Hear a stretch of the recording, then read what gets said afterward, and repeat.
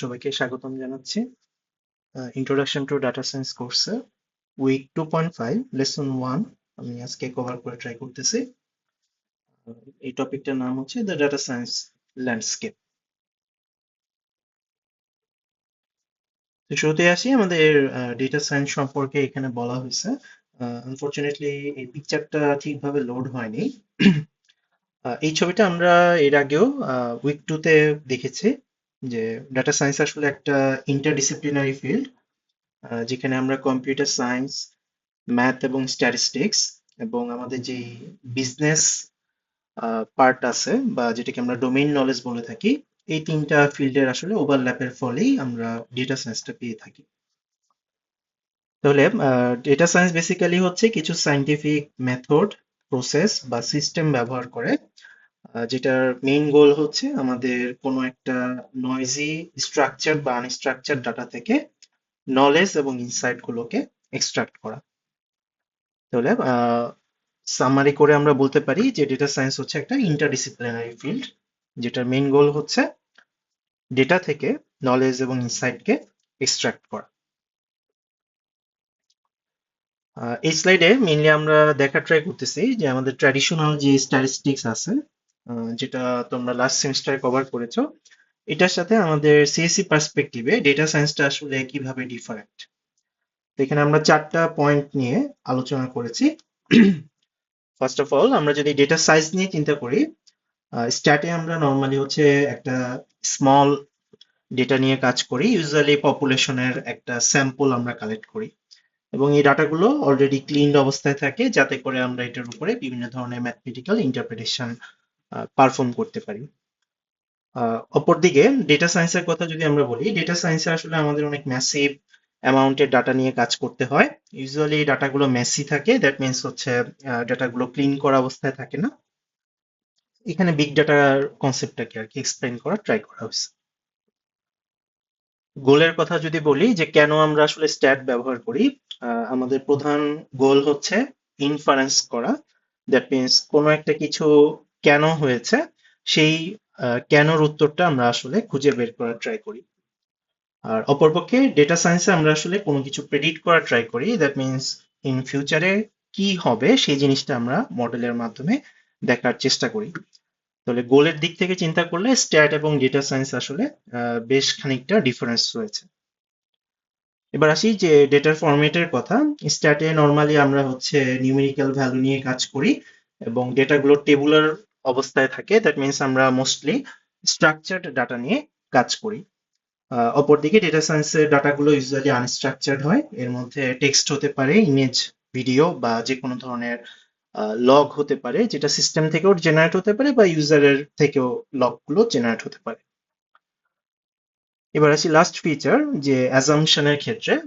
Usually আমরা স্ট্যাটের ডাটার ক্ষেত্রে কিছু অ্যাজাম্পশন করি, যে অ্যাজাম্পশনের আলোকে আসলে আমরা ম্যাথমেটিক্যালি ডাটাগুলোকে এক্সপ্লেইন করতে পারি। এরকম দুইটা অ্যাজাম্পশন হচ্ছে, একটা হচ্ছে ডাটাগুলো নর্মালি ডিস্ট্রিবিউটেড, একটা কমন অ্যাজাম্পশন আমাদের স্ট্যাটের ডাটার ক্ষেত্রে। আরেকটা হচ্ছে ডেটাগুলো হচ্ছে ইন্ডিপেন্ডেন্ট, দ্যাট মিনস একটার সাথে আরেকটার রিলেশন নেই। আর আমরা যখন ডেটা সায়েন্সের কথা বলি, তখন আমরা ইউজুয়ালি হচ্ছে কমপ্লেক্স এবং নন লিনিয়ার প্যাটার্নে ডেটা নিয়ে আমরা আলোচনা করি। এটা হচ্ছে আমরা যদি সামারি করি যে স্ট্যাটের সাথে আমাদের ডেটা সায়েন্সের ডিফারেন্স কোথায়, তাহলে আমরা দেখতে পেলাম 4টা আঙ্গিকে যে স্ট্যাটের সাথে আমাদের ডেটা সায়েন্সের আসলে মেইন তফাৎটা কোথায়। এবার আসি যে বিগ ডাটার ক্ষেত্রে 5B বলতে একটা কনসেপ্ট আছে। দ্যাট মিনস হচ্ছে সিএসসি স্টুডেন্টের কাছে ডেটা শুধুমাত্র একটা টেবিল না, বেসিক্যালি এটা একটা রিসোর্স, যার এই 5টা প্রপার্টি আছে। প্রতিটা প্রপার্টি শুরু ভি দিয়ে, এই জন্য এটাকে 5V বলা হয়ে থাকে। তাহলে আমরা একটু ব্রিফলি দেখি যে প্রত্যেকটা প্রপার্টি আসলে কি মিন করতেছে। তো ফার্স্টে আসি, প্রথম ভি হচ্ছে ভলিউম, যেটা হচ্ছে ডেটার পরিমাণটা বোঝানোর ট্রাই করে। যেমন এটা টেরাবাইট হতে পারে, পেটাবাইট হতে পারে, গিগাবাইট হতে পারে। এটা জাস্ট ডাটা আসলে কত বড়, সেই জিনিসটাকে আমরা এখানে বোঝানোর ট্রাই করি। নেক্সট হচ্ছে ভেলোসিটি, যে ডেটা জেনারেশন স্পিড। যেমন একটা এক্সাম্পল যদি বলি, আমরা যখন ই কমার্স সাইটে ফর্ম ফিল আপ করে কোনো কিছু ক্রয় করি, ইউজুয়ালি আমরা খুব অল্প সংখ্যক কিছু ডাটা সেখানে প্রোভাইড করি, এবং ডাটা জেনারেশনের রেটটা সেখানে রিলেটিভলি স্লো। সেম জিনিসটাই আমরা যদি আমাদের একটা ইউটিউবের ভিডিও দেখার ক্ষেত্রে চিন্তা করি, তাহলে আসলে স্ট্রিমিং ডাটার ক্ষেত্রে এখানে ম্যাসিভ অ্যামাউন্টের ডাটা তৈরি হয়। যেমন আমরা যদি চিন্তা করি একটা ভিডিও টোটাল প্রতি সেকেন্ডে হচ্ছে 24টা করে ফ্রেম জেনারেট করে, এবং একটা ফ্রেমে যদি আমরা একটা এইচডি ভিডিওর কথা চিন্তা করি, ধরে নিচ্ছি 1920 × 1080 পিক্সেল আছে। তার মানে গুণফলটা করার পরে আমরা টোটাল পিক্সেলের কাউন্ট পাচ্ছি একটা ফ্রেমের, এরকম 24টা ফ্রেম জেনারেট হচ্ছে। আবার প্রত্যেকটা পিক্সেলে আমাদের 24 থেকে 32 বিট ডাটা থাকে, 8 জিবি বা 8 জিবি স্কেলে। সুতরাং আমরা এখান থেকে আসলে বুঝতে পারতেছি যে একটা ভিডিও দেখার ক্ষেত্রে, এইচডি ভিডিও দেখার ক্ষেত্রে প্রতি সেকেন্ডে আসলে অনেক হিউজ অ্যামাউন্টের ডাটা জেনারেট হচ্ছে। তাহলে ভেলোসিটিটা আসলে এখানে ইন্ডিকেট করতেছে যে আমরা যে সোর্স থেকে ডাটা কালেক্ট করতেছি সেখানে ডেটা জেনারেশনের স্পিডটা কত। নেক্সট আসি ভ্যারাইটিতে, যে ডাটাগুলো কি ধরনের সেটা এখানে এটার মাধ্যমে আমরা রিপ্রেজেন্ট করতেছি এই প্রপার্টিটার মাধ্যমে। ইউজুয়ালি আমাদের ডেটাকে আমরা 3টে ক্যাটাগরিতে ভাগ করি: স্ট্রাকচার্ড, আনস্ট্রাকচার্ড এবং সেমি স্ট্রাকচার্ড। বিষয়গুলো আমরা একটু পরেই আর একটু ডিটেলসে দেখবো। নেক্সট আসি ভেরাসিটি। খুব সিম্পল টার্মে এটা মিন করে ডেটার কোয়ালিটি। তাহলে আমার ডেটার মেসিনেস বা আনসার্টিনটি যদি থাকে, সেই জিনিসটা আমরা ভেরাসিটির মাধ্যমে রিপ্রেজেন্ট করি। ইউজুয়ালি ডাটাতে কোনো মিসিং ভ্যালু আছে কিনা, নয়েজ আছে কিনা, আউটলায়ার আছে কিনা, সেই প্রপার্টিগুলো ভেরাসিটির মাধ্যমে রিপ্রেজেন্ট করা হয়। ফাইনালি লাস্ট ভিটা হচ্ছে আমাদের ভ্যালু। এটা ইন্ডিকেট করতেছে যে আমরা যে ডাটাটা নিয়ে কাজ করতেছি এটার আসলে বিজনেস বা সোশ্যাল ইম্প্যাক্টটা কি। ধরো আমরা এমন একটা ডেটা নিয়ে কাজ করতেছি যেটা আসলে আমাদের কোনো কাজেই আসবে না, তাহলে আসলে এটার ভ্যালু নাই। দ্যাট মিনস এটা একটা ভ্যালুলেস ডেটা। তাহলে ডেটার অবশ্যই একটা ভ্যালু থাকতে হবে, কোনো একটা বিজনেস প্রবলেম বা আমাদের সোশ্যাল কোনো একটা প্রবলেমকে এই ডেটার মাধ্যমে আমরা আসলে সলভ করার ট্রাই করব। যেটা আমাদের কোনো কাজে আসবে না এমন ডাটা নিয়ে আমরা আসলে অ্যানালাইসিস করে আমাদের লাভ নেই। এবার আসি যে ডেটা সায়েন্সের পাইপলাইন, এই জিনিসটা আমরা উইক 2 তে কভার করেছি। এখানে আবার সংক্ষেপে জিনিসগুলো বলা হচ্ছে। এখানে 4টা স্টেপের কথা বলা হয়েছে। ফার্স্ট স্টেপ হিসেবে ধরা হচ্ছে ডেটা কালেকশন। ডেটাগুলো আমাদের এপিআই এর মাধ্যমে আসতে পারে, ডেটাবেস থেকে আসতে পারে, বা কোনো একটা সেন্সরের থেকেও আমরা ডেটাগুলোকে পেতে পারি।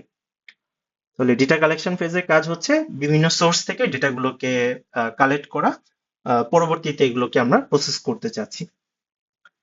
নেক্সট আসি ডেটা ক্লিনিং। বেসিক্যালি হচ্ছে ভেরাসিটি প্রবলেমটাকে ডিল করা হয়। দ্যাট মিনস ডেটার মধ্যে যদি কোনো মিসিং ভ্যালু থাকে, বা যদি কোনো আউটলায়ার থাকে, বা এর বাইরেও যদি কোনো প্রবলেম থাকে, যেমন হচ্ছে নয়েজ যদি থাকে, তাহলে আমরা এখানে ওই ডাটাগুলোকে ক্লিন করি যাতে ডেটার কোয়ালিটিটাকে ইমপ্রুভ করা যায়। তো ডেটা ক্লিন করার পর আমরা যে ক্লিন ডাটা পাচ্ছি, এরপরে আমরা এটার উপর অ্যানালাইসিস করব। তো অ্যানালাইসিস করার জন্য আমরা স্ট্যাটে যে ধরনের ম্যাথমেটিক্যাল মডেল শিখে আসছি, ওই মডেলগুলো অ্যাপ্লাই করতে পারি, বা আমাদের ডেটা সায়েন্সের জন্য স্পেশালাইজ যে মডেলগুলো আছে আমরা সেগুলোকেও এখানে ইমপ্লিমেন্ট করতে পারি। ফাইনালি আমাদের অ্যানালাইসিস করার পরে ডেটা থেকে একটা মডেল তৈরি হবে। আমরা মডেলটাকে কোনো একটা ওয়েবসাইট বা অ্যাপের মাধ্যমে ডিপ্লয় করে এটা থেকে আমরা মিনিংফুল কোনো একটা আউটকাম জেনারেট করতে পারি। তো এটাকে বলা হচ্ছে ডেটা সায়েন্স পাইপলাইন। তাহলে আমরা এখানে একটা সিম্পল প্র্যাকটিস প্রবলেম দেখি। এখানে একটা কেস স্টাডির কথা বলা আছে। ধরো একটা স্মার্ট ট্রাফিক সিস্টেম সম্পর্কে এখানে বলা হচ্ছে। ধরে নেওয়া হচ্ছে যে একটা সিটি 1000টা ইন্টারসেকশনে, মানে 1000টা মোড়ে সেন্সর ইনস্টল করলো, এবং এই সেন্সর গুলো থেকে আমাদের সেন্ট্রাল সার্ভারে ইমেজ ডাটা পাঠানো হচ্ছে, এবং ডেটাগুলো হচ্ছে প্রতি সেকেন্ডেই আমাদেরকে পাঠানো হচ্ছে যাতে করে আমরা ট্রাফিক জ্যামকে প্রেডিক্ট করতে পারি। তো এখানে আমাদেরকে দুইটা কোশ্চেন করা হয়েছে। যে ফার্স্ট কোশ্চেন হচ্ছে যে 5টা ভি সম্পর্কে আমরা একটু আগে পড়লাম, এই 5টা ভি এর মধ্যে কোন ভিটা এখানে সবচেয়ে বড় টেকনিক্যাল চ্যালেঞ্জ, এবং কেন এটাকে আমরা টেকনিক্যাল চ্যালেঞ্জ মনে করতেছি সেই জিনিসটাকে জাস্টিফাই করতে বলেছে। আর 2 নম্বর প্রবলেমটা বলছে যে স্ট্যাটে আমরা যে সার্ভে কন্ডাক্ট করি, যেমন ধরো 50 জন ড্রাইভার যারা হচ্ছে রাস্তায় যাতায়াত করতেছে তাদের থেকে আমরা একটা স্ট্যাটিস্টিক্যাল সার্ভে নিলাম। এটা হচ্ছে একটা স্যাম্পল হিসাবে আমরা নিচ্ছি পপুলেশনের রিপ্রেজেন্টেটিভ। তাহলে এখানে বলা হচ্ছে যে আমরা সিম্পল মিন বা মিডিয়ান দিয়ে কেন এই ট্রাফিক প্রবলেমকে সরাসরি সলভ করতে পারবো না। দ্যাট মিনস স্ট্যাটে আমরা যে অ্যানালাইসিস গুলো করি স্যাম্পল থেকে মিন মিডিয়ান এগুলো বের করি, ওই জিনিসগুলোর মাধ্যমে এই প্রবলেমটাকে আমরা কেন সলভ করতে পারবো না। এই স্লাইডের শেষে আমি প্রত্যেকটা প্র্যাকটিস প্রবলেমের একটা সলিউশন তোমাদেরকে প্রোভাইড করে দিছি। ওখান থেকে আমি আসলে সলিউশন গুলো নিয়ে ডিসকাস করব। তোমরা চাইলে এই লিঙ্কটাতে ঢুকে এই ডকুমেন্টটা অ্যাক্সেস করতে পারো। তাহলে আসি যে আমাদের যে তিনটা প্রবলেমের কথা বলছে। তাহলে প্রথম প্রবলেমটা বলছে যে আমাদের বিগেস্ট টেকনিক্যাল চ্যালেঞ্জ কি 5টা ভি এর মধ্যে। এটা অ্যান্সারটা হবে ভেলোসিটি। আচ্ছা, এটার জাস্টিফিকেশনটা হচ্ছে যদিও আমাদের ডাটার ভলিউম হাই, যেহেতু বলা হচ্ছে যে প্রতি সেকেন্ডে আমাকে ইমেজ ডাটা পাঠাচ্ছে, কিন্তু আমার এখানে প্রবলেমটা হচ্ছে যে আমরা এই ডাটাটাকে আমাকে আসলে ইনস্ট্যান্ট প্রসেস করতে হবে। এই ডাটাটা আমি আসলে সার্ভারে স্টোর করে রাখলে আমার কোনো লাভ নাই, যেহেতু আমি ট্রাফিক জ্যামকে প্রেডিক্ট করতে যাচ্ছি, এটাকে আমার রিয়েল টাইমে আউটপুটটা প্রোভাইড করতে হবে। তো এই ক্ষেত্রে ডাটার যে প্রসেসিং করার ক্ষেত্রে আমাদের ডাটার জেনারেশন স্পিডটাই সবচেয়ে বেশি বড় টেকনিক্যাল চ্যালেঞ্জ। এই কারণে এটা অ্যান্সারটা হবে ভেলোসিটি। এবার 2 নম্বর প্রবলেমে আসি যে স্ট্যাটের সাথে আমাদের এখানকার প্রবলেমটা কোথায়। আমরা যদি স্ট্যাটের সাথে চিন্তা করি তাহলে আমরা ধরো 50 জন ড্রাইভারের থেকে একটা সার্ভে নিলাম, যেটা বেসিক্যালি হচ্ছে একটা স্মল স্যাম্পল কোনো একটা মোমেন্টের রিপ্রেজেন্ট করতেছে। আর সেন্সর গুলো আমাদেরকে কন্টিনিউয়াস পুরো পপুলেশনের ডাটাটা প্রোভাইড করতেছে। তাহলে সার্ভে থেকে আমরা হয়তো বা অ্যাভারেজ যাতায়াত সম্পর্কে আইডিয়া পাবো, কিন্তু কারেন্ট কন্ডিশন ডিটেক্ট করার ক্ষেত্রে আসলে ওই সার্ভেটা খুব একটা আমাদের কাজে আসবে না। 3 নম্বর প্রবলেমটা ছিল যে কেন মিন বা মিডিয়ান ইউজ করে আমরা এই প্রবলেমের অ্যান্সারটা দিতে পারবো না। এটার মেইন কারণ হচ্ছে ইউজুয়ালি ট্রাফিক জ্যাম গুলো হচ্ছে আউটলায়ার, বা এটাকে আমরা টেম্পোরাল স্পাইকও বলে থাকি, যে দিনের মধ্যে কিছু কিছু সার্টেন পিরিয়ডেই শুধুমাত্র হচ্ছে ট্রাফিক জ্যাম হয়ে থাকে। তাহলে আমরা যখন মিন বা মিডিয়ান বের করব, তখন যেটা হবে যে আমাদের 24 ঘন্টার যে ডাটাটা আছে ওই আউটলায়ার গুলো মিন ক্যালকুলেশন করার সময় স্মুথ আউট হয়ে যাবে। দ্যাট মিনস আমরা যে প্রবলেমটাকে আসলে ডিটেক্ট করতে যাচ্ছি ওই প্রবলেমটা আসলে আমরা হারিয়ে ফেলবো মিন ক্যালকুলেশনের জায়গায়, যেহেতু মিন ক্যালকুলেট করার সময় আমাদের ডাটাটা স্মুথ আউট করা হয়ে থাকে। এই কারণে আমাদের ট্র্যাডিশনাল যে স্ট্যাটের মেজারমেন্ট মিন বা মিডিয়ান, এটা দিয়ে আমরা আসলে এই স্মার্ট ট্রাফিক সিস্টেমের প্রবলেমটাকে সলভ করতে পারবো না। এটা ছিল আমাদের ফার্স্ট প্র্যাকটিস প্রবলেমের অ্যান্সার। এরকম আরো কিছু প্র্যাকটিস প্রবলেম স্লাইডে আছে, আমরা প্রতিটা প্রবলেম নিয়ে ডিসকাস করব। নেক্সট আসি যে কেন আসলে আমাদের একটা প্রসেস দরকার ডেটা অ্যানালাইসিস করার ক্ষেত্রে বা ডেটা সায়েন্সের ক্ষেত্রে। এখানে ওই জিনিসটা সম্পর্কে আলোচনা করা হয়েছে। তোমাদের মোস্ট প্রবাবলি এই সেমিস্টারেই সফটওয়্যার ইঞ্জিনিয়ারিং কোর্সটা আছে। ওই কোর্সে আমরা একটা জিনিস শিখেছি, সেটা হচ্ছে সফটওয়্যার ডেভেলপমেন্ট লাইফ সাইকেল, বা সংক্ষেপে বলা হয় এসডিএলসি। তো ডেটা সায়েন্সও আমাদের এরকম একটা লাইফ সাইকেল আসলে দরকার। এটার প্রধান কারণ হচ্ছে আমাদের ডেটাগুলো হয় মেসি এবং আনপ্রেডিক্টেবল। দ্যাট মিনস আমাদের ডেটাগুলো স্ট্যাটের ডাটার মতো এরকম ক্লিনড অবস্থায় থাকে না। তাহলে আমাদের একটা প্রপার প্রসেস দরকার, যেটার মাধ্যমে আমরা আসলে ডেটাগুলোকে অ্যানালাইসিস রেডি ফর্মে ক্রিয়েট করতে পারবো। নেক্সট হচ্ছে স্ট্যাটিস্টিক্যালি দেখা গেছে যে 80% প্রজেক্ট আসলে খারাপ প্ল্যানিং এর কারণে ফেল করে, অ্যালগোরিদম বাজে হওয়ার কারণে না। তাহলে আমাদের আসলে যদি প্রপারলি প্ল্যান করতে হয় তাহলে ডেটা সায়েন্সের একটা ফিক্সড প্রসেস লাগবে, যে প্রসেসের মধ্যে দিয়ে গিয়ে আমরা আসলে আমাদের অ্যানালাইসিসটাকে কমপ্লিট করব। 3 নম্বর বলছে যে ডেটা সায়েন্সের যেই প্রবলেমগুলো এটাকে যদি আমরা রিপ্রোডিউস করতে চাই, বা এটা আমাদের স্ট্যাক হোল্ডারের যে রিকোয়ারমেন্ট সেটার সাথে অ্যালাইন করতে চাই, তাহলে আমাদের আসলে একটা ফর্মাল প্রসেস লাগবে, যেটার মাধ্যমে আমরা ডেটা সায়েন্সের অপারেশনগুলোকে পারফর্ম করব। এরকম একটা প্রসেস হচ্ছে ক্রিস্প ডিএম মডেল। এটার ফুল ফর্ম হচ্ছে cross industry standard process for data science. তাহলে এই cross industry standard process for data science এটাকে আমরা সংক্ষেপে হচ্ছে ক্রিস্প ডিএম মডেল বলতেছি। তাহলে এটা হচ্ছে একটা ফর্মাল প্রসেস, যে প্রসেসের মধ্য দিয়ে আমরা আসলে ডেটা সায়েন্সের কোনো একটা প্রবলেমকে সলভ করতে পারি। এই প্রসেসটা অলরেডি আমরা আসলে উইক 2 তে পড়ে আসছি। এটা আমরা ডেটা সায়েন্স পাইপলাইন হিসেবেই শিখেছিলাম। তো এখানে আমাদের স্টার্টিং হয় বিজনেস আন্ডারস্ট্যান্ডিং থেকে। সেখান থেকে আমরা ডেটা আন্ডারস্ট্যান্ডিং এ যাই। ডেটা আন্ডারস্ট্যান্ডিং থেকে আমরা আসলে বুঝতে পারি আমরা কি ধরনের ডেটা আমাদেরকে আসলে কালেক্ট করা লাগবে। সেখান থেকে আমরা নেসেসারি ডেটা কালেক্ট করি ডাটা প্রিপারেশন ফেজে। সেখান থেকে আমরা ডেটার মডেলিং করি, দ্যাট মিনস এখানে কোনো একটা অ্যালগোরিদম অ্যাপ্লাই করি যেটার মাধ্যমে ডেটা থেকে একটা মডেল তৈরি হয়।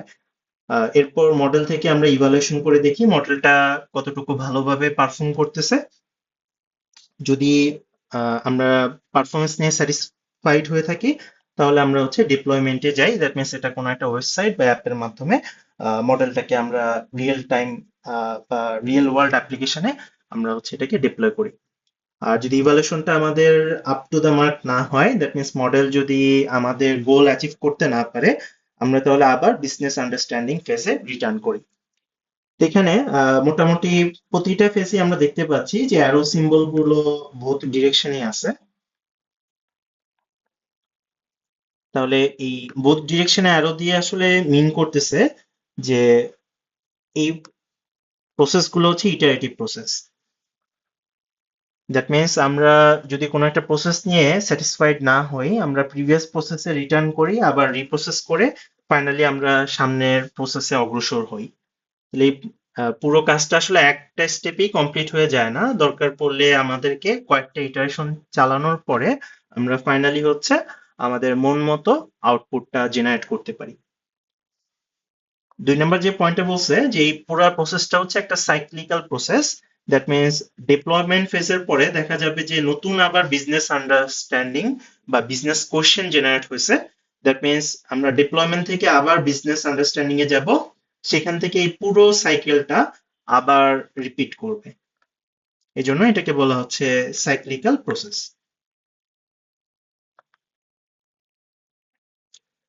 এবার আসি সিমিলার আমাদের ডেটা প্রসেসিং এর ক্ষেত্রে আরেকটা ফ্রেমওয়ার্ক আছে, এটাকে বলা হচ্ছে OSEMN ফ্রেমওয়ার্ক। আমরা এটাকে অনেকটা আমাদের ইঞ্জিনিয়ারিং ভিউর পার্সপেক্টিভে চিন্তা করতে পারি। এটা হিলারি ম্যানসন পপুলারাইজ করছেন। OSEMN ফ্রেমওয়ার্কটা মেইনলি হচ্ছে 5টা পয়েন্ট নিয়ে কাজ করে। সেটা হচ্ছে ডেটাগুলো কিভাবে অবটেইন করা হবে, ডেটা গ্যাদারিং এর সোর্স গুলো, যেমন এপিআই স্ক্র্যাপিং করা, এসকিউএল এর মাধ্যমে আমাদের আসতে পারে ডেটাগুলো।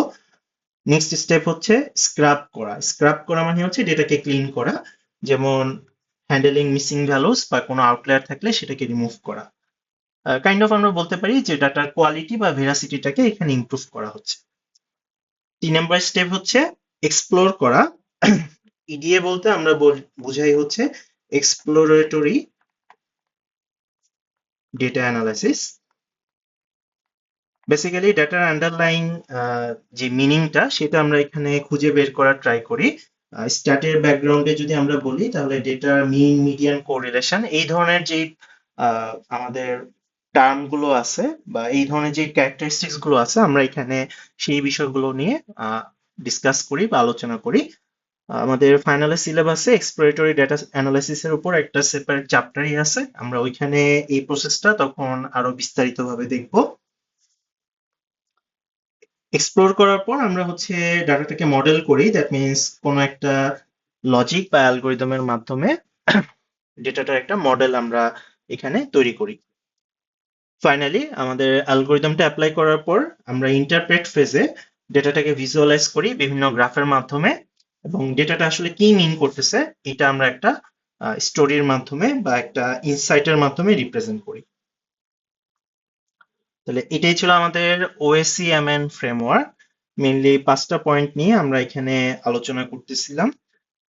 ফার্স্ট ছিল ডেটা অবটেইন কিভাবে হবে সেটা নিয়ে, তারপর হচ্ছে ডাটা স্ক্র্যাপ কিভাবে করা হবে বা ক্লিনিং কিভাবে করা হবে, তারপর হচ্ছে ডেটা এক্সপ্লোর কিভাবে হবে, এটার মডেল কিভাবে আমরা করব, ফাইনালি হচ্ছে ডেটার মডেল অ্যাপ্লাই করার পর যে রেজাল্টটা পাচ্ছি এটাকে কিভাবে আমরা ভিজুয়ালি ইন্টারপ্রেট করতে পারি।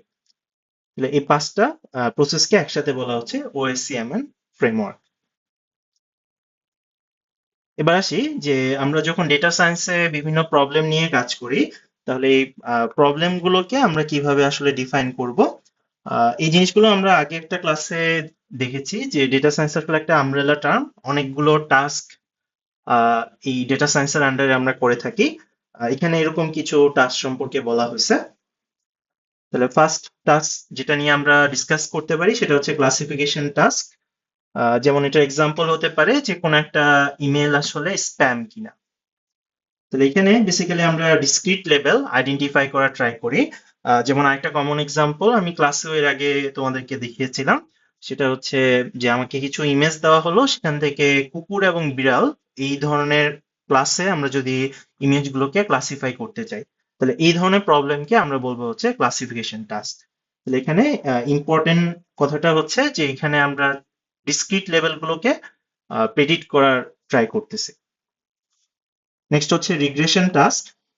যেমন ধরো আমরা কোনো একটা জিনিসের প্রাইস কেমন হবে এই কোশ্চেনের অ্যান্সার যদি দিতে চাই, তখন আমাদের হচ্ছে রিগ্রেশন টাস্ক পারফর্ম করতে হবে। তাহলে আগেরটার সাথে এটা পার্থক্য হচ্ছে আমরা এখানে ডিসক্রিট ভ্যালুর জায়গায় একটা কন্টিনিউয়াস স্কেলের মধ্যে ভ্যালুটা কত হবে সেই জিনিসটাকে আমরা এখানে রিপ্রেজেন্ট করার ট্রাই করি। যেমন ক্লাসে আমি যে এক্সাম্পলটা তোমাদেরকে বলছিলাম যে ধরো ঢাকা শহরে আগামী 5 বছর পরে বাসা বাড়ির বা হাউজিং এর প্রাইস কেমন হবে, সেই জিনিসটা তুমি প্রেডিক্ট করতে চাচ্ছ। বা একটা কোম্পানিতে একজন এমপ্লয়ি নতুন জয়েন করবে, তাহলে তার ইয়ার্স অফ এক্সপিরিয়েন্সের সাপেক্ষে তার স্যালারি আসলে কত হতে পারে সেই জিনিসটা তুমি প্রেডিক্ট করতে চাচ্ছ। তাহলে স্যালারি বা হাউসের প্রাইসিং এগুলো আসলে একটা কন্টিনিউয়াস স্কেলের ডাটা, 0 থেকে ইনফিনিটি পর্যন্ত যে কোনো ভ্যালু এখানে হতে পারে। তাহলে এই কন্টিনিউয়াস স্কেলের ডাটা যদি আমরা প্রেডিক্ট করতে চাই, তখন আমাদেরকে হচ্ছে রিগ্রেশন অ্যালগোরিদম গুলোকে বা লজিক গুলোকে আমাদের হচ্ছে অ্যাপ্লাই করতে হবে। 3 নম্বর প্রবলেমটা হচ্ছে ক্লাস্টারিং প্রবলেম। যে আমরা ধরো জানতে চাচ্ছি যে কারা আসলে সিমিলার প্রপার্টি বহন করে। যেমন এখানে যে এক্সাম্পলটা বলছে যে কোন কাস্টমাররা সিমিলার। ধরো আমরা নিউজ পোর্টালে বিভিন্ন ধরনের নিউজ পড়ি, এখন কোন নিউজ গুলো আসলে সিমিলার, যেমন ধরো কোন নিউজ গুলো খেলার নিউজ, কোন নিউজ গুলো বিনোদনের নিউজ, এরকম সিমিলার অ্যাট্রিবিউট বা প্রপার্টির নিউজ গুলোকে আমরা হচ্ছে গ্রুপ করতে চাচ্ছি। তাহলে এই টাস্কের মেইন কাজটা হচ্ছে ডাটাকে গ্রুপ করা। তাহলে গ্রুপিংটা আমরা মেইনলি করব হচ্ছে সিমিলার প্রপার্টির ভিত্তিতে, অথবা আমি এটাকে অন্যভাবেও চিন্তা করে বলতে পারি যারা ডিসিমিলার তাদেরকে আমরা পৃথক গ্রুপে গ্রুপিং করব। তাহলে সেম প্রপার্টির এলিমেন্ট গুলো একই গ্রুপের মধ্যে হবে এবং ডিফারেন্ট প্রপার্টির এলিমেন্ট গুলো ডিফারেন্ট গ্রুপের মধ্যে আমরা গ্রুপিং করতে চাচ্ছি। এটাই হচ্ছে ক্লাস্টারিং টাস্ক। এরপরে যে 4 নম্বর টাস্কটা নিয়ে আলোচনা করা হয়েছে সেটা হচ্ছে অ্যানোমালি ডিটেকশন। ফর এক্সাম্পল আমাদের কোনো একটা ট্রানজেকশন, এটা হতে পারে ক্রেডিট কার্ডের ট্রানজেকশন, এখানে কোনো ধরনের ফ্রড করা হয়েছে কিনা। তাহলে অ্যানোমালির আরেকটা ইংলিশ সিনোনিম হচ্ছে আউটলায়ার। দ্যাট মিনস এখানে বেসিক্যালি আমরা ডেটাতে কোনো আউটলায়ার আছে কিনা সেই আউটলায়ারটাকে ডিটেক্ট করতে চাচ্ছি। তাহলে এখানে একটা নোট দেওয়া হয়েছে যে আমাদের স্ট্যাটের সাথে এখানে আসলে রিলিভেন্সিটা কোথায়। স্ট্যাটে আমরা রিগ্রেশন টাইপের টাস্ক করে আসছি এবং আমাদের ফাইনালের সিলেবাসেও রিগ্রেশন টাস্ক আছে। তখন আমরা দেখব যে লিনিয়ার রিগ্রেশনের মাধ্যমে কিভাবে আসলে রিগ্রেশন অ্যানালাইসিস করতে হয়। তাহলে সেম জিনিসটাই আমরা এখানে ডেটা সায়েন্সেও অ্যাপ্লাই করি, এটাকে একটা মডেল হিসাবে আমরা ব্যবহার করতেছি। তাহলে এগুলো ছিল আমাদের ডেটা সায়েন্সে আমরা যে কমনলি টাস্ক গুলো পারফর্ম করি সেই টাস্ক গুলো সম্পর্কে একটা ব্রিফ ধারণা। তাহলে আমরা পরের স্লাইডে যাচ্ছি। তাহলে এই স্লাইডে ডেটা আন্ডারস্ট্যান্ডিং গ্যাপ সম্পর্কে আলোচনা করা হয়েছে। তাহলে ডেটা আন্ডারস্ট্যান্ডিং ফেজে, মানে আমাদের পাইপলাইনে যে ডেটা আন্ডারস্ট্যান্ডিং ফেজটা ছিল, এখানে একটা কমন জিনিস আমাদের চেক করতে হয়, সেটা হচ্ছে ডেটা প্রবলেম ফিট। এটা দিয়ে মিন করতেছে আমরা যে প্রবলেমটা সলভ করতে চাচ্ছি আমাদের ডেটাটা আসলে এই প্রবলেমের সাথে ম্যাচ করে কিনা। তাহলে এটা বেসিক্যালি আমরা যে কোশ্চেনটা অ্যান্সার দিতে চাচ্ছি সেটা হচ্ছে আমাদের যে ফিচার গুলো নিয়ে আমরা কাজ করতেছি ডেটার, আমাদের প্রবলেমের জন্য এই ফিচার গুলো আসলে কারেক্ট কিনা সেই জিনিসটা আমাদেরকে জানতে হবে। এবং আমরা যদি স্যাম্পল নিয়ে কাজ করি তাহলে আমাদের যে স্যাম্পল সাইজটা এটা কি এনাফ কিনা পুরো পপুলেশনের ভেরিয়েন্সটাকে রিপ্রেজেন্ট করার ক্ষেত্রে। যদি এটা না হয় তাহলে যেটা প্রবলেম হবে যে আমাদের ডেটাটা আসলে অ্যাপ্রোপ্রিয়েট হবে না প্রবলেমটা সলভ করার জন্য। যেমন এখানে একটা এক্সাম্পল বলছে, কেউ একটা স্টুডেন্টের গ্রেড প্রেডিক্ট করতে চাচ্ছে। এখানে আমি ডেটা হিসেবে নিলাম তার হাইট এবং তার চোখের কালার কি। তাহলে আমাদের যে বিজনেস আন্ডারস্ট্যান্ডিং ফেজটা আছে আমরা এখানে আসলে এটাকে প্রপারলি এক্সপ্লেইন করতে পারি নাই। যার কারণে আসলে যেটা হবে যে আমাদের এই হাইট বা আই কালারের সাথে স্টুডেন্ট গ্রেডের আসলে আমরা ওইভাবে কোনো কোরিলেশন পাবো না। That means student grade determine করার ক্ষেত্রে এই দুইটা ডাটা আসলে ইনাফ না, বা এটা স্টুডেন্ট গ্রেডকে প্রপারলি রিপ্রেজেন্ট করতে পারছে না। তাহলে ডেটা ফিট প্রবলেম ফিটে আমরা বেসিক্যালি দেখা ট্রাই করি যে প্রবলেমটা সলভ করার জন্য আমাদের ডেটাটা আসলে রাইট কিনা বা যে ফিচার গুলো দরকার সেটাই আমরা নিয়েছি কিনা, এবং আমাদের যে স্যাম্পলটা নেওয়া হয়েছে এটা কি ওভারঅল আমাদের পপুলেশনের ভেরিয়েন্সটাকে কারেক্টলি রিপ্রেজেন্ট করতে পারছি কিনা, যেটাকে আমরা বলে থাকি যে পপুলেশনের রিপ্রেজেন্টেটিভ ডাটা কিনা।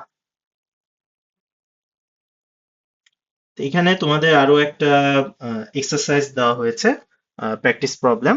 একটা সিনারিও বলা হয়েছে যে তুমি ধরো একটা ইউনিভার্সিটি অ্যাটেন্ডেন্স সিস্টেম ডেভেলপ করছো। এখন ইউনিভার্সিটি প্রেডিক্ট করতে যাচ্ছে যে কোন স্টুডেন্ট গুলো আসলে কোন একটা কোর্স মিড সেমিস্টার ড্রপ দিয়ে দিতে পারে বেসড অন তাদের ওয়াইফাই লগ ডাটা। তাহলে এই ডাটাটা আসলে শো করতেছে যে তারা আসলে কত রেগুলারলি ক্যাম্পাসে আসে সেই জিনিসটা এই ওয়াইফাই লগের মাধ্যমে আমরা আসলে দেখতে পাই। এখানে তোমাকে এই সিনারিওর বেসিসে ওএসিএমএন ফ্রেমওয়ার্কে আমাদের আউটপুট গুলো কেমন হতে পারে সেই জিনিসগুলো লিস্ট করতে বলছে।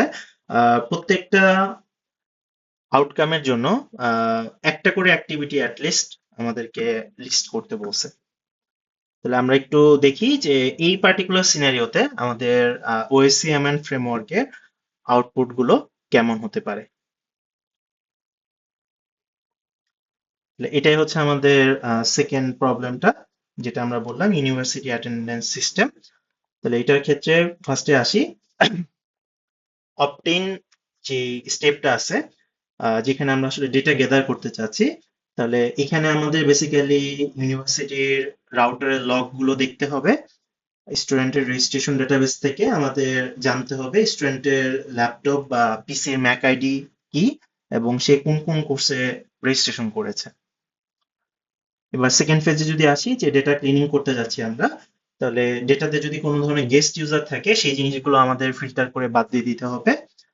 যদি কোনো মিসিং লগ থাকে, যখন ধরো ওয়াইফাই ডাউন ছিল সেই জিনিসটা আমাদেরকে মাথায় রাখতে হবে। এবং একই স্টুডেন্টের যে ওয়াইফাই লগ গুলো, একই স্টুডেন্ট তো অনেকদিন ধরে ওয়াইফাই ব্যবহার করছে, ওই লগ গুলোকে মার্জ করে স্টুডেন্ট ওয়াইজ আমাদেরকে ক্যাটাগরাইজ করতে হবে। তাহলে এই অংশটা হচ্ছে আমাদের ডেটা ক্লিনিং এর পার্ট। নেক্সট আসি যে এক্সপ্লোর আমরা কিভাবে করব। তাহলে এখানে আমাদের আগের স্টেপ থেকে আমরা যে ডেটা পেয়েছি এখানে আমরা কোরিলেশনের মাধ্যমে ভিজুয়ালাইজ করা ট্রাই করব। আমাদের আসলে গোলটা হচ্ছে যে স্টুডেন্ট যদি ওয়াইফাই ইউজেস কম হয় দ্যাট মিনস সে ভার্সিটিতে রেগুলার আসে নাই, তার সাথে তার সেমিস্টারের কোনো একটা কোর্স ড্রপ দেওয়ার কোরিলেশনটা কি।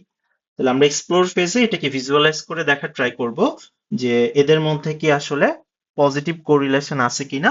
যদি পজিটিভ কোরিলেশন থাকে দ্যাট মিনস হচ্ছে ওয়াইফাই ইউজেস কম হলে স্টুডেন্টের ড্রপ আউট করার চান্সেস হাই হবে। এটা আমরা ভিজুয়ালাইজ করে দেখার ট্রাই করবো, এটাই হবে আমাদের এক্সপ্লোর ফেজের কাজ। এরপর হচ্ছে আমাদের মডেল। আমরা এখানে একটা ক্লাসিফিকেশন মডেল তৈরি করব। ক্লাসিফিকেশন মডেল এই কারণে আমরা এখানে শুধু প্রেডিক্ট করতে চাচ্ছি দুইটা ডিসক্রিট লেভেল, একটা হচ্ছে স্টুডেন্ট কোর্স ড্রপ দিবে অথবা স্টুডেন্ট কোর্স ড্রপ দিবে না। তাহলে এটা যেহেতু বাইনারি ক্লাসিফিকেশন, আমাদের এই ক্ষেত্রে লজিস্টিক রিগ্রেশন অ্যালগরিদমটাই কোয়াইট গুড এনাফ প্রেডিক্ট করার জন্য যে স্টুডেন্ট একটা কোর্স ড্রপ দিবে কি দিবে না। ফাইনালি লাস্ট এন দিয়ে আমরা বোঝাই ইন্টারপ্রেট করা। আমরা ধরো একটা ড্যাশবোর্ড তৈরি করতে পারি, মানে একটা ওয়েব পেজ তৈরি করতে পারি, যেখানে একাডেমিক অ্যাডভাইসাররা দেখতে পারবে যে কোন স্টুডেন্টরা আসলে হাই রিস্কে আছে, যে তাদের ওয়াইফাই লগের ডাটা অনুযায়ী যে তাদের আসলে ড্রপ আউট করার চান্সটা হাই। তাহলে এটা ছিল আমাদের সেকেন্ড যে সিনারিওটা।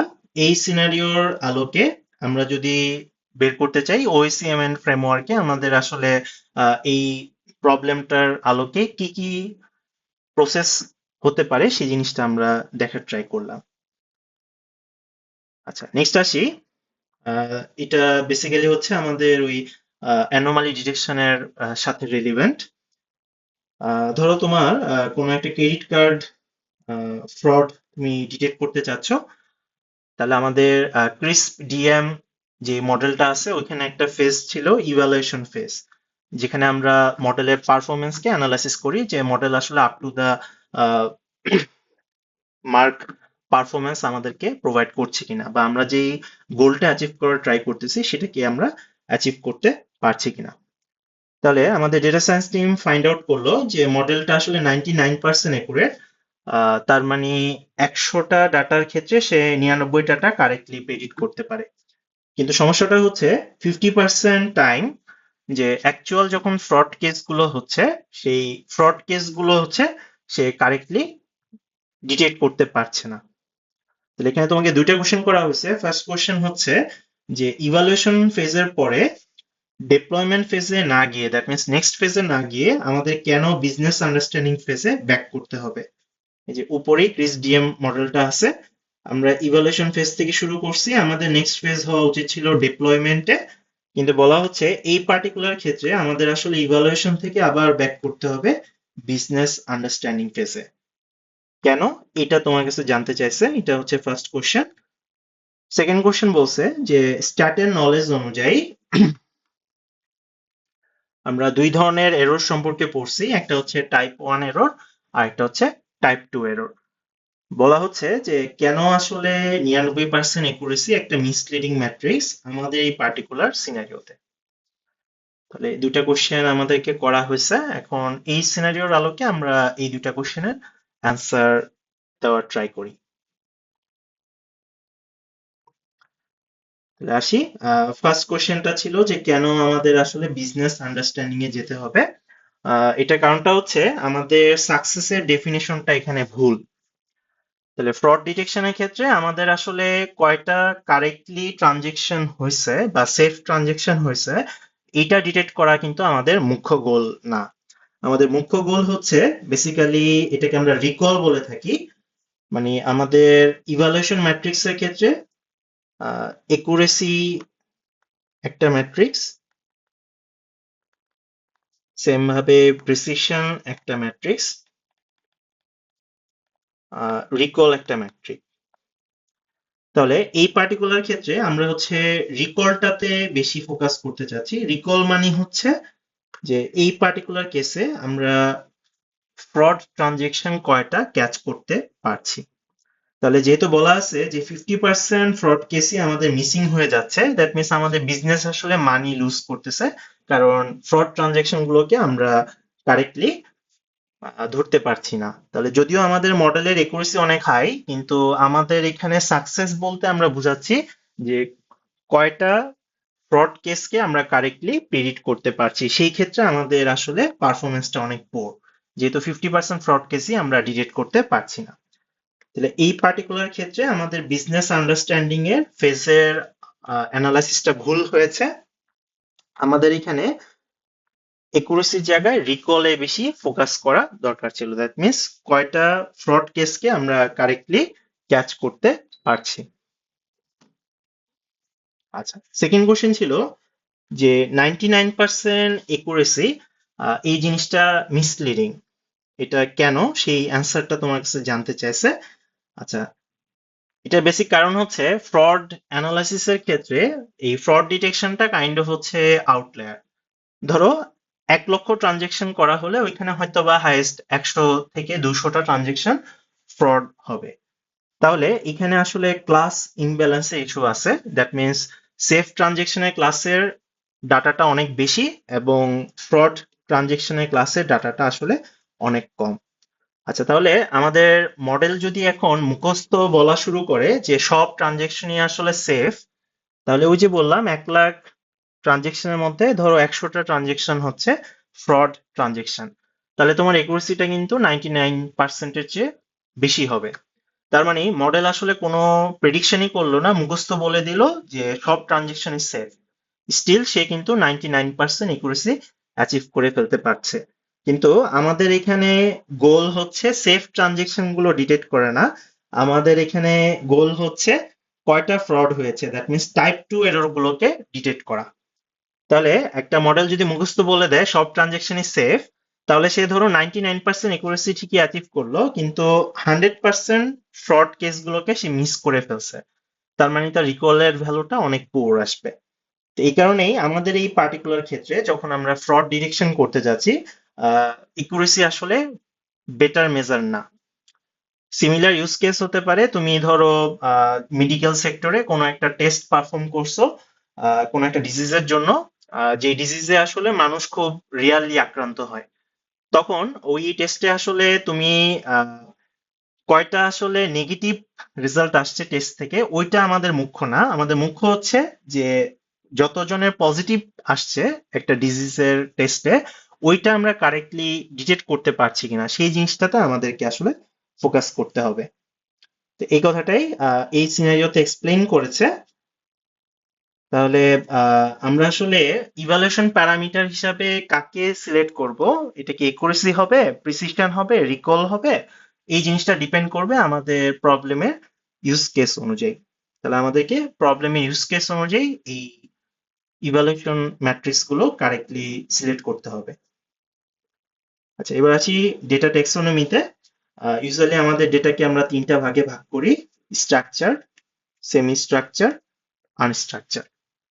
তাহলে এই ক্যাটাগরি গুলো আমরা এর আগেও দেখছি, আমি জাস্ট একটু সিম্পলি বলতেছি।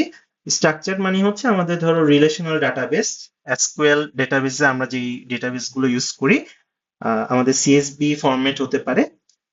সেমি স্ট্রাকচারের ক্ষেত্রে এটা জেসন টাইপের ডাটা হতে পারে, এক্সএমএল হতে পারে, এইচটিএমএল হতে পারে।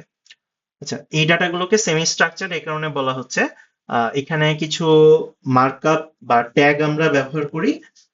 এই ট্যাগ বা মার্কআপ গুলো হচ্ছে একটা স্ট্রাকচার হতে থাকে, কিন্তু এই ট্যাগ বা মার্কারের ভিতরে যে কন্টেন্ট গুলো এগুলো আবার আনস্ট্রাকচার হতে থাকে, যার কারণে এটাকে আমরা হচ্ছে সেমি স্ট্রাকচার বলতেছি। আর আনস্ট্রাকচার বলতে বোঝানো হচ্ছে যেখানে আমাদের কোনো ধরনের স্ট্রাকচার নাই ডাটা, যেমন ধরো ইমেজ, অডিও, ভিডিও, টেক্সট, এই টাইপের যে ডাটা। এবং এখানে বলা হচ্ছে 80% এন্টারপ্রাইজ ডাটা আসলে আনস্ট্রাকচার টাইপেরই হয়ে থাকে। তাহলে আমি আবার একটু সামারি করতেছি। স্ট্রাকচার মানে হচ্ছে টেবুলার টাইপের ডাটা, এখানে হাই অর্গানাইজেশন থাকবে, আমাদের এক্সেল ফাইল, এসকিউএল, সিএসবি এই ধরনের ডেটা গুলো হচ্ছে স্ট্রাকচার ডেটা। আনস্ট্রাকচার্ড মানে হচ্ছে ডেটার কোনো প্রিডিফাইন্ড মডেল থাকবে না, যেমন আমাদের image, audio, video, text.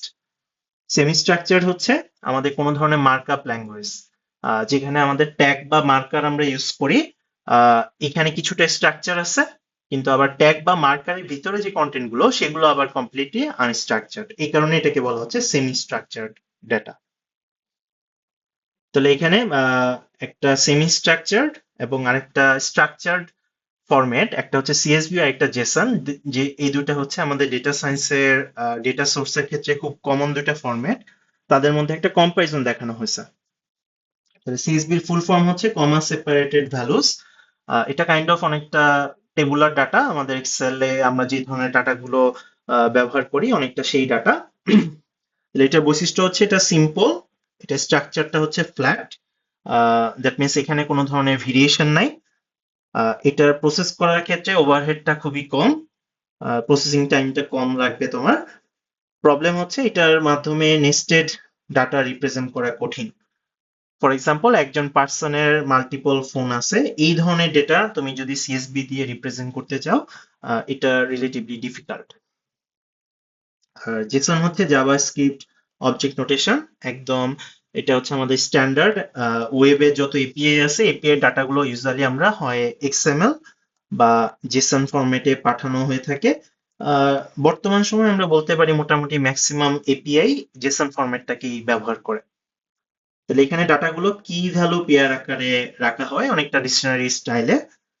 ডেটাগুলো hierarchical অবস্থায় থাকে, মানে দ্যাট মিনস একটা অবজেক্টের ভিতরে তুমি আবার আরেকটা অবজেক্ট রাখতে পারবা। আমি একটু পরে এক্সাম্পল দেখাচ্ছি। তাহলে সিএসভি এবং জেসনের মধ্যে আমরা কম্পারিজন দেখলাম। আমি এখন জাস্ট একটু দেখাই যে একটা জেসন আমরা কিভাবে রিপ্রেজেন্ট করি। তাহলে জেসন ডাটাগুলোকে অবজেক্ট আকারে রিপ্রেজেন্ট করে। একটা অবজেক্ট শুরু হয় সেকেন্ড ব্র্যাকেট দিয়ে, এবং ওই যে বলছিলাম এখানে কিছু কি ভ্যালু পেয়ার থাকবে। তাহলে স্টুডেন্ট আইডিটা এখানে হচ্ছে কি, আর 101 যেই ডাটাটা আছে এটা হচ্ছে ওই কি এর করসপন্ডিং ভ্যালু। তাহলে গ্রেডস এখানে একটা কি, আর এখানে যে একটা অ্যারে দেখতে পাচ্ছি থার্ড ব্র্যাকেট মানে ডাটার অ্যারে বোঝায়। তাহলে এই তিনটা হচ্ছে আমরা ভ্যালু আকারে ডিনোট করতে পারি। আচ্ছা, এখানে যেটা বলছিলাম যে এটা একটা হায়ারার্কিক্যাল বা নেস্টেড স্ট্রাকচারকে রিপ্রেজেন্ট করতে পারে। দেখো এখানে অ্যাড্রেসের কিতে আমরা আরো একটা অবজেক্টকে রাখছি, যেহেতু সেকেন্ড ব্র্যাকেট দিয়ে স্টার্ট ক্লোজ হয়েছে দ্যাট মিনস এটা একটা অবজেক্ট। দ্যাট মিনস এখানে একটা অবজেক্টের ভিতরে ইটসেলফ আরো একটা অবজেক্টকে আমি চাইলে কন্টেইন করতে পারি। এই জন্য এটাকে বলা হচ্ছে হায়ারার্কিক্যাল টাইপের ডাটা। তাহলে কেন আমরা আসলে জেসনকে ডেটা সায়েন্সে ব্যবহার করি? কারণ হচ্ছে এটার ফ্লেক্সিবিলিটি আছে। ফ্লেক্সিবিলিটি বলতে কি, ধরো তুমি একজনের নাম স্টোর করতেছো একটা স্টুডেন্টের, তাহলে তোমার যে অবজেক্ট এখানে শুধু দুইটা কি ছিল, একটা হচ্ছে ফার্স্ট নেম আর একটা হচ্ছে লাস্ট নেম। এখন ধরো কোন একটা স্টুডেন্টের আসলে মিডল নেমও আছে, তাহলে জেসনের ক্ষেত্রে আমাদের আসলে তেমন কোনো মডিফিকেশনই লাগবে না, জাস্ট এখানে আরো একটা কি অ্যাড করতে হবে, কিটা হবে মিডল নেম। জাস্ট এটুকু করলেই আমরা ওই পার্টিকুলার ডাটার জন্য মানে স্টুডেন্টের জন্য মিডল নেমটা অ্যাসাইন করতে পারবো। দ্যাট মিনস এটার যে স্কিমাটা, ডেটার ফরম্যাটটা এটা ফ্লেক্সিবল। আমরা চাইলে কোনো একটা অ্যাট্রিবিউট অ্যাডও করতে পারি, চাইলে কোনো একটা অ্যাট্রিবিউটকে রিমুভও করতে পারি। কিন্তু সিএসবি তে এই জিনিসটা এতটা সিম্পল না। সিএসবি তে আমরা যদি কোনো ডেটা অ্যাড করতে চাই আমাকে নতুন একটা কলাম সেখানে অ্যাড করতে হবে, যেটা আসলে কোয়াইট প্রবলেমেটিক ডেটাকে রিপ্রেজেন্ট করার ক্ষেত্রে। সেকেন্ড যেটা প্রবলেম, যে আমরা যদি ধরি যে ধরো একটা স্টুডেন্টের আমি এফ নেম দিয়ে ফার্স্ট নেম বোঝালাম, এম নেম দিয়ে মিডল নেম বোঝালাম, এবং এল নেম দিয়ে লাস্ট নেম বোঝালাম। তাহলে আমরা এই মিডল নেম কলামটা নতুন করে অ্যাড করছি ধরে নিচ্ছি। তাহলে একটা পার্টিকুলার স্টুডেন্টের ধরো শুধু মিডল নেম আছে, আমি ধরো আমার নামটাই লিখলাম। বাকিদের ধরো মিডল নেম নাই, ধরো আমি আরেকটা স্টুডেন্টের নাম লিখলাম। তাহলে এখানে যেটা হবে মিডল নেমের কলামে ম্যাক্সিমাম ঘরেই তাহলে নাল ভ্যালু থাকবে। তাহলে সিএসভি যেহেতু একটা রিজিড স্ট্রাকচার, এখানে আসলে এই ক্ষেত্রে নাল ভ্যালুর পরিমাণটা বেড়ে যাবে। দ্যাট মিনস আমাদের আসলে স্টোরেজের অপচয় হচ্ছে, এবং ডেটা প্রসেসিং করার ক্ষেত্রে আমাদেরকে আবার ডেটাটাকে ক্লিন করতে হবে। তাহলে এটা হচ্ছে কিছুটা প্রবলেম, যে সিএসভি যদি আমরা ব্যবহার করি আমরা আসলে কি ধরনের প্রবলেম ফেস করতে পারি। এবার আসি ডেটা কোথা থেকে আসে, দ্যাট মিনস ডেটার সোর্স। আমরা এই জিনিসটা অলরেডি কভার করছি আমাদের উইক টু এর স্লাইডে, এই জিনিসগুলো ছিল। তাহলে ডেটা মেইনলি দুইটা সোর্স থেকে আসতে পারে, এটা ইউজার জেনারেটেড হতে পারে, এটা মেশিন জেনারেটেড হতে পারে। তাহলে ইউজার জেনারেটেড ডাটা কোনগুলো, ধরো সোশ্যাল মিডিয়া থেকে আমরা যে ডাটাগুলো পাচ্ছি, ইউজারের কাছ থেকে সার্ভে থেকে আমরা যে ডাটাগুলো পাচ্ছি, বা তার কোনো ব্যাংকিং বা কোনো একটা ওয়েবসাইটের ট্রানজেকশন লগ থেকে আমরা যে ডাটাগুলো পাচ্ছি, মানে ইউজারের কাছ থেকে যে ডাটাগুলো জেনারেট হচ্ছে। আর মেশিন নিজে নিজে যে ডাটাগুলো জেনারেট করতেছে এগুলোকে বলা হচ্ছে মেশিন জেনারেটেড ডাটা। যেমন সার্ভারের লগ, কোনো আইওটি সেন্সর থেকে আমরা যে ডাটাগুলো রিসিভ করতেছি, দ্যাট মিনস মেশিন আমাদেরকে এই ডাটাগুলো প্রোভাইড করতেছে। আরো একটা আঙ্গিকে আমরা ডেটাকে আরো দুইটা ভাগে ভাগ করতে পারি, একটা হচ্ছে ইন্টারনাল ডাটা আর একটা হচ্ছে এক্সটার্নাল ডাটা। ইন্টারনাল ডাটা মানে তুমি যে প্রতিষ্ঠানে ডেটা সায়েন্সের টাস্ক পারফর্ম করতেছো তোমাদের নিজেদের ডাটা যদি তুমি ব্যবহার করো, মানে ফার্স্ট হ্যান্ড বা প্রাইমারি সোর্সের ডাটা যদি তুমি ব্যবহার করো, সেটাকে আমরা বলবো ইন্টারনাল ডাটা। আর যে ডাটাগুলো তুমি সেকেন্ড হ্যান্ড সোর্স থেকে বা সেকেন্ডারি সোর্স থেকে কালেক্ট করছো, অন্যের ডাটা তুমি ব্যবহার করতে চাচ্ছ, সেটাকে আমরা বলবো এক্সটার্নাল ডাটা। এটা ওপেন ডাটা হতে পারে। ওপেন ডাটা মানে হচ্ছে ধরো কোনো একটা প্ল্যাটফর্মে ডাটাগুলো অ্যাভেলেবেল আছে, অথবা আমরা স্ক্র্যাপিং করেও ডাটাটাকে অ্যাকোয়ার করতে পারি। তাহলে ডেটা কোথা থেকে আসলো, মানে ডেটার সোর্সের ক্ষেত্রে ডেটার প্রভিনেন্স জিনিসটা খুব ইম্পর্টেন্ট। প্রভিনেন্স বলতে বোঝানো হচ্ছে ডেটার লিনিয়েজ বা ডেটার যে হিস্টোরিটা, এই জিনিসটা আমাদেরকে কারেক্টলি ট্র্যাক করতে হবে। তাহলে লিনিয়েজ বলতে আমরা মেনলি বুঝাই ডাটাটা কোথা থেকে জেনারেট হলো, কি কি ট্রান্সফরমেশনের মধ্য দিয়ে ডাটাটা গেছে, এবং ইন্টারনালি কোন কোন প্রসেসের মধ্য দিয়ে ডাটাটা মুভমেন্ট করেছে। এই জিনিসটাকে আমরা মেটাডাটার মাধ্যমে রিপ্রেজেন্ট করি। তাহলে এটাকে আমরা বলতেছি হচ্ছে ডেটার প্রভিনেন্স। এটা আমাদের এই কারণে দরকার, যদি আমাদের সোর্সে কোনো ধরনের বায়াসনেস থাকে, তাহলে আমরা যে ম্যাথ দিয়ে এটাকে এক্সপ্লেন করব বা ইন্টারপ্রেট করব, সেখানেও আসলে বায়াসনেস চলে আসবে। তাহলে ডেটা প্রভিনেন্স আমাদের ডেটা সায়েন্সের প্রসেসের ক্ষেত্রে একটা খুব গুরুত্বপূর্ণ বিষয়। এখানে আমরা বেসিক্যালি ট্র্যাক রাখতে চাচ্ছি যে ডেটাটার লিনিয়েজটা কোথায়, দ্যাট মিনস এটা সোর্স কি, এটা কি কি ধরনের ট্রান্সফরমেশন করা হয়েছে, এবং কি কি প্রসেসের মধ্য দিয়ে ডেটাটা আসলে মুভমেন্ট করেছে। তাহলে আবার তোমাদের আরেকটা প্র্যাকটিস প্রবলেম দেওয়া হয়েছে। এখানে একটা লাইব্রেরি ম্যানেজমেন্ট সিস্টেমের রেকর্ড সম্পর্কে বলা হয়েছে। একটা বুক টাইটেল দেওয়া আছে, দুইজন অথরের নাম দেওয়া আছে, এবং একটা আইএসবিএন নাম্বার দেওয়া আছে। তাহলে তোমাকে ফার্স্টে বলা হয়েছে এই ডাটাটাকে জেসন ফরম্যাটে রিপ্রেজেন্ট করার জন্য, এবং তোমাকে জিজ্ঞাসা করছে যে মাল্টিপল অথর তুমি আসলে কিভাবে হ্যান্ডেল করবা। এটা অ্যান্সারটা খুব সিম্পল, আমি একটা অ্যাড এর মাধ্যমে মানে থার্ড ব্র্যাকেটের মাধ্যমে এটাকে রিপ্রেজেন্ট করতে পারি। মাল্টিপল অথরকে এখানে কমা দিয়ে দিয়ে আমি সেপারেট করে দিব। আচ্ছা, এবার বলছে যে তোমার কাছে যদি একটা সিএসভি ফাইল দিয়ে সেম ডাটাটা স্টোর করতে বলা হতো, তাহলে তুমি আসলে অথর কলামের জন্য কি কি প্রবলেম ফেস করতা। তাহলে দুইটা প্রবলেমের কথা বলা, সরি, দুইটা টাস্কের কথা বলা হয়েছে। একটা হচ্ছে জেসন ফরম্যাটে রিপ্রেজেন্ট করা, আর একটা হচ্ছে সেম ডাটাটাই আমরা যদি সিএসভি তে রিপ্রেজেন্ট করতাম, তাহলে আমরা আসলে কি প্রবলেম ফেস করতাম। তাহলে আমরা একটু অ্যান্সারটা দেখি।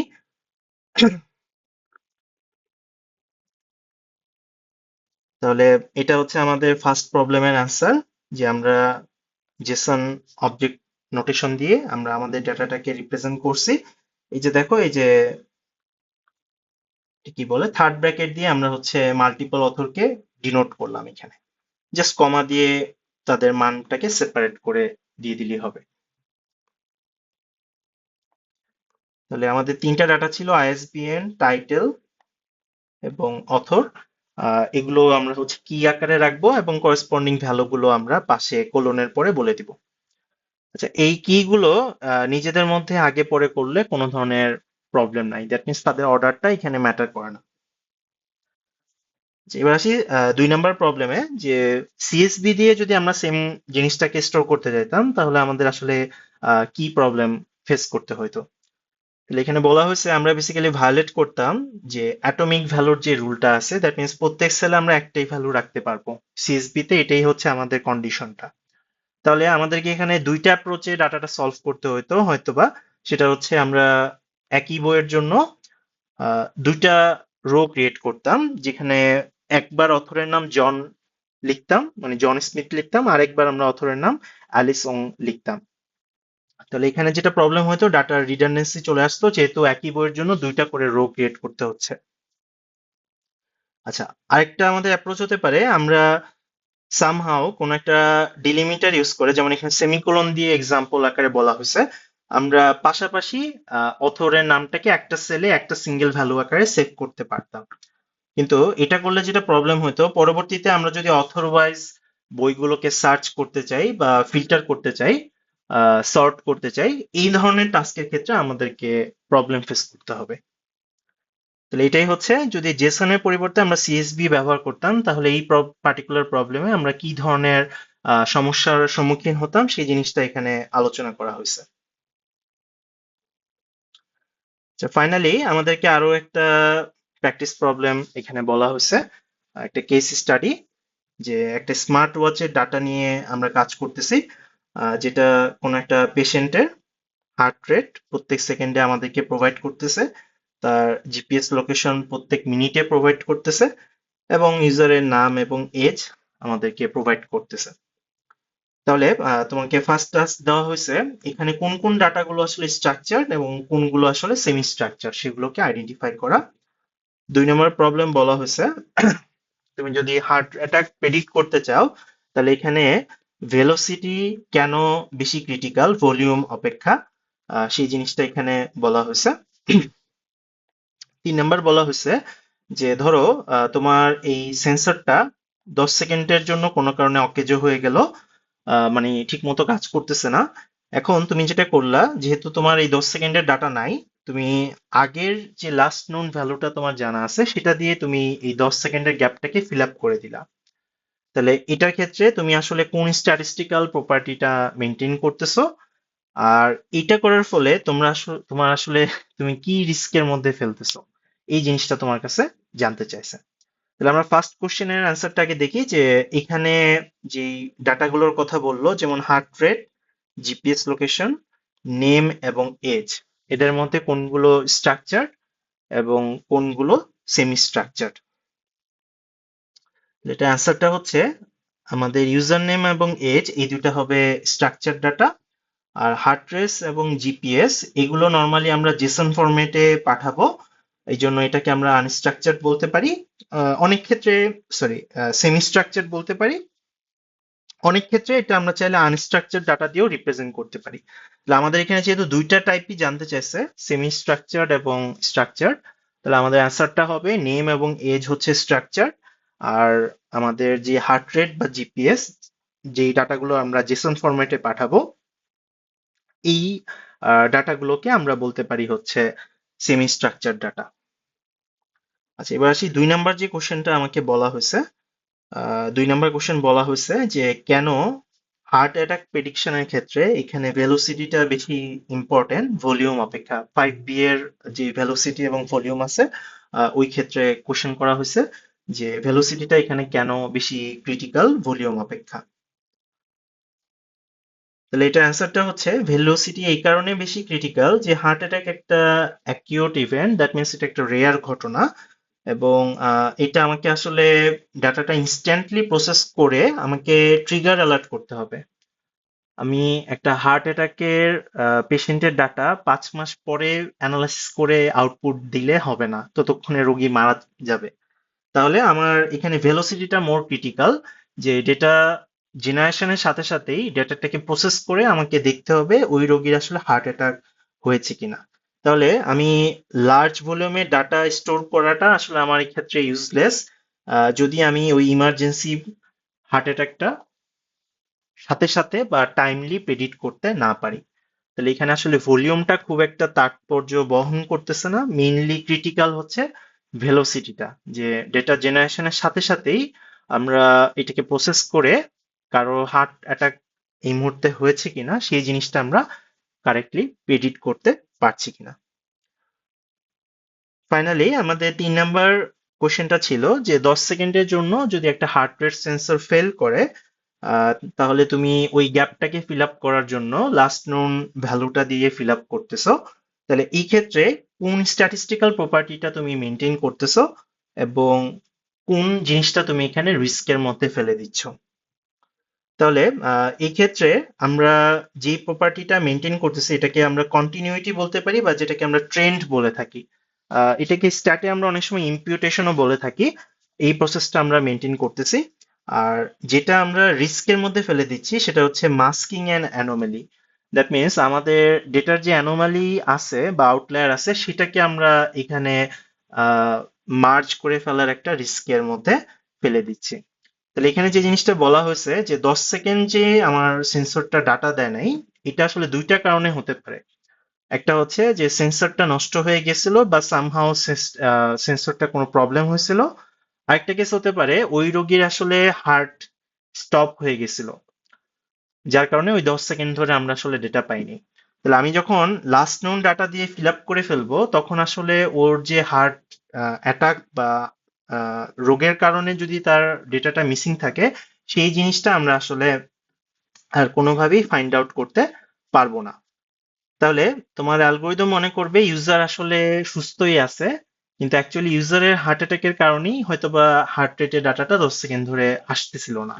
তাহলে ওই জিনিসটা আমরা রিস্কের মধ্যে ফেলে দিচ্ছি, যার ফলে রোগী আসলে মারাও যেতে পারে। তাহলে এটাই ছিল আমাদের থার্ড কোশ্চেনটার অ্যান্সার, যে আমরা যদি 10 সেকেন্ডের ডাটা মিসিং থাকে সেটাকে লাস্ট নোন ভ্যালু দিয়ে যদি রিপ্লেস করি, তাহলে আসলে আমরা কি রিস্কের মধ্যে ফেলে দিচ্ছি। তো এটাই ছিল আমাদের উইক 2.5 এর লেসন 1। আশা করি টপিকগুলো তোমরা বুঝতে পারছো, এবং এই লিঙ্কটাতে গেলে আমরা এই ডকুমেন্টটা থেকে আমাদের যে প্র্যাকটিস প্রবলেমগুলো আছে তার সলিউশনগুলো দেখতে পারবো। তাহলে ধন্যবাদ সবাইকে।